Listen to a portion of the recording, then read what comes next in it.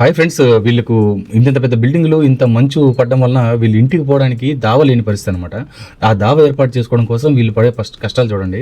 ఇంట్లోపలికి పోవడానికి వీళ్ళు అదే పొద్దునంతా వీళ్ళు మధ్యాహ్నం వరకు ఈ దావ ఏర్పాటు చేసుకుని లోపలికి పోవడం, అలాగే వీళ్ళు ఆఫీసులకు వెళ్ళడం వీళ్ళన్నీ చేసుకుంటూ ఉంటారు. రాత్రి అయితే మళ్ళీ యథాతథం, తెల్లవారు మళ్ళీ రాత్రి ఏంటంటే మళ్ళీ విపరీతమైన మంచు పడుతుంది. మంచు పడడంతో పొద్దునకి మళ్ళీ సేమ్ టు సేమ్ మళ్ళీ ఇదే విధంగా ఉంటుందన్నమాట. పొద్దున ఎలాగో కష్టపడి బయటకు వచ్చేస్తారు, వాళ్ళ ఉద్యోగాలకు వాళ్ళు పోతూ ఉంటారు. ఇక్కడ కూడా కొన్ని ఫ్యాక్టరీస్ అవి ఇవన్నీ ఉన్నాయి, దానివల్ల వాళ్ళు అక్కడ వర్క్ చేసుకుంటూ ఉంటారు. ఇవన్నీ కూడా జరుగుతుందన్నమాట. మెయిన్ ఇక్కడ చూసుకుంటే చూడండి, కార్లన్నీ ఎలా లోపల ఉండిపోయాయో, వీటినన్నింటినీ రిమూవ్ చేయాలి. అలాగే మార్నింగ్ వచ్చి వాళ్ళు గవర్నమెంట్ తరపు నుంచి మంచుని పక్కకు జరిపే యంత్రాలు వస్తాయి. అవి వచ్చిన తర్వాత ఆ యంత్రాలతో ఆ మంచునంతా జరిపేసి రోడ్ అయితే ఏర్పాటు చేస్తారనమాట.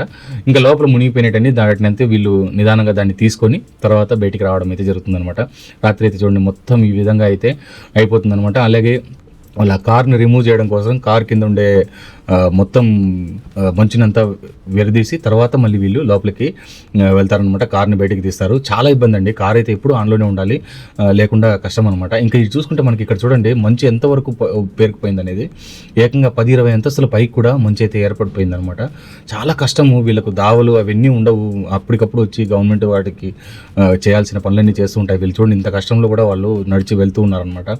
వాళ్ళ ఉద్యోగాలకి, తర్వాత చదువులకి, అన్నిటికీ వీళ్ళు దీని మీదనే ఆధారపడి ఉంటారండి. ఒక రకంగా మనకు చూసేటప్పుడు ఇది చాలా ఆహ్లాదకరంగా ఉంటాయి. అరే ఇంత బాగుంది ప్రదేశాలు, ఇక్కడ మన ఊర్లో మనకి మరి మంచు పడడం లేదు కదా అని కూడా ఆలోచిస్తాం. చాలామంది బయట డాలర్లు రేట్ ఎక్కువ కదా, మన జీతాలు అవి పెరుగుతూ ఉంటాయి. కానీ అక్కడ ఉండే ఖర్చులకి అక్కడ జీతాలకి సరిపోతుందండి. మన ఇండియా ఎందుకైనా కూడా బెస్ట్ అనమాట. ఇక్కడ ఏ సమస్య ఉండదు మనకి. ఒకవేళ సమస్యలు ఉన్నా మనం ఇక్కడే ఉంటాం కాబట్టి ఇక్కడే మనం సాల్వ్ చేసుకోగలం. ఒకవేళ అక్కడ పోయి ఇక్కడ ఏదైనా సమస్య అంటే కనుక మనం వచ్చి చేయాలనేది కుదరదు. కాబట్టి ఇండియా ఈజ్ ద బెస్ట్ అని చెప్తాను. అలాగే మీకు ఈ వీడియో నచ్చితే లైక్ చేయండి, షేర్ చేయండి. మీ అభిప్రాయం అనేది నాకు కామెంట్స్ రూపంలో తెలియజేయండి.